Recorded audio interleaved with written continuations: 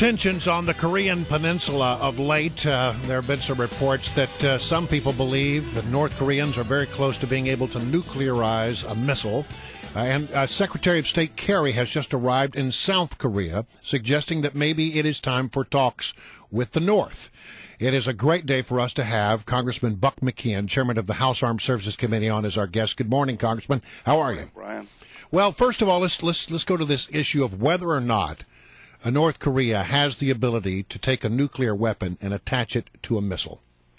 Yesterday in our Armed Services hearing with the Secretary of Defense and the Chairman of the Joint Chiefs, Mr. Lamborn from Colorado, asked the question based on new information that we had received from the Defense Intelligence Agency that North Korea, may have a weapon that they can put on the top of one of their ballistic missiles.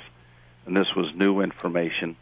The important thing that we got out of the information, I mean, other than the fact that we're living in a very precarious time, was that the president had this information available when he was doing his budget that he sent up to us, and he still cut $150 billion out of defense. So it's like I was looking at the paper this morning, and I see a problem with North Korea, a problem with Syria. We have all these problems around the world, and we're having the steepest defense cuts ever.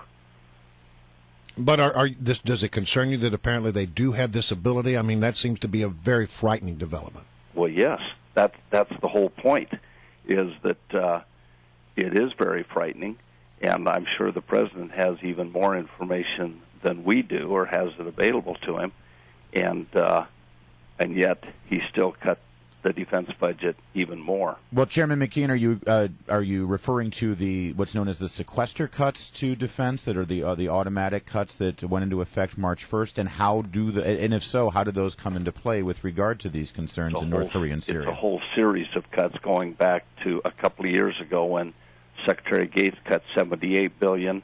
That was followed up with $487 billion in the Budget Control Act, and on top of that, the $600 billion in sequestration.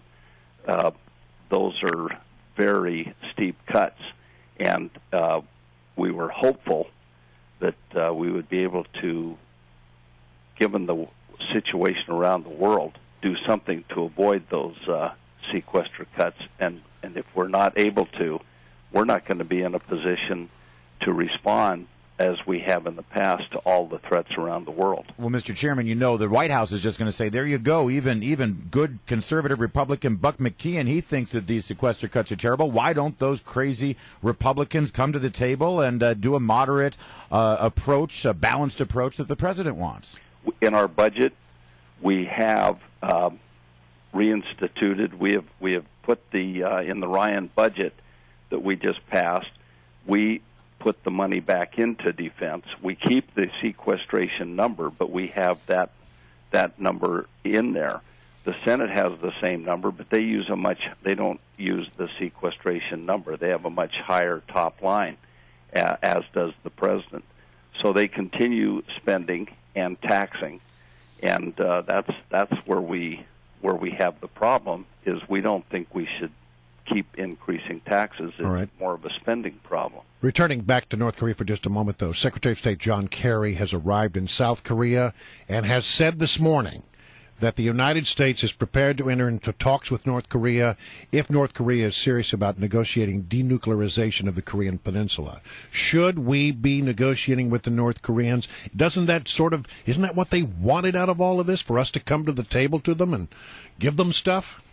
I heard his statement where he said that, and I commend him for going there. He's been very proactive. He was in Afghanistan working on the bilateral security agreement. He's there in Korea. He's going to China and Japan working with our allies over there.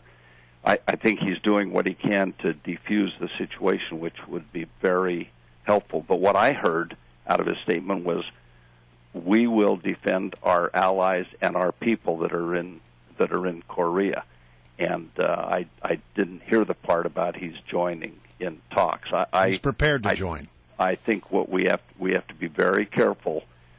This follows a pattern that we've had in the past, where they threaten things and then we kind of give in to some of their demands. The South Koreans are not. It's not just us over there. The South Koreans, they have a new leader, and she campaigned on the fact that if they did any more of these aggressive moves, they would react. So General Thurman has his hands full over there, worried about what North Korea might do, but also worried about what South Korea might do, and we might get just inadvertently drug into something here. Congressman Buck McKeon is our guest. He is Republican from California and the chairman of the House Armed Services Committee. And, when Barack Obama was running for re-election, he really wanted all these votes in Virginia, and he was asked about BRAC. That's the Base Realignment and Closure Commission. And specifically, he was said, do you support BRAC and the closing of bases, because that's really going to affect Virginia? And he said at the time now, in July, he says, I don't think now's the time for BRAC. We just went through some base closings, and the strategy that we have does not call for that. Well, now, here we go, Mr. Chairman. We got Chuck Hagel's defense budget, and there's BRAC, and he's calling for the base closures. What are we going to do about this? Well, I don't see how a BRAC right now could get through Congress.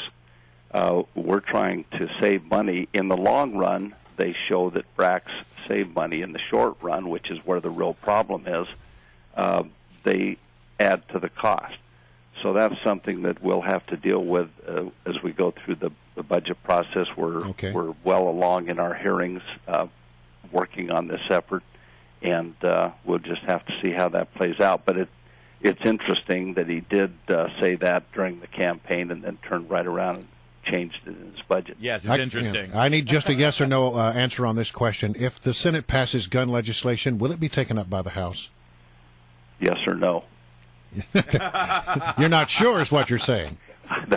That's not in my bailiwick. Well, but Speaker, would you be in favor of it being taken up, or would you prefer that it not be? Well, it depends on what comes out of the Senate. Right.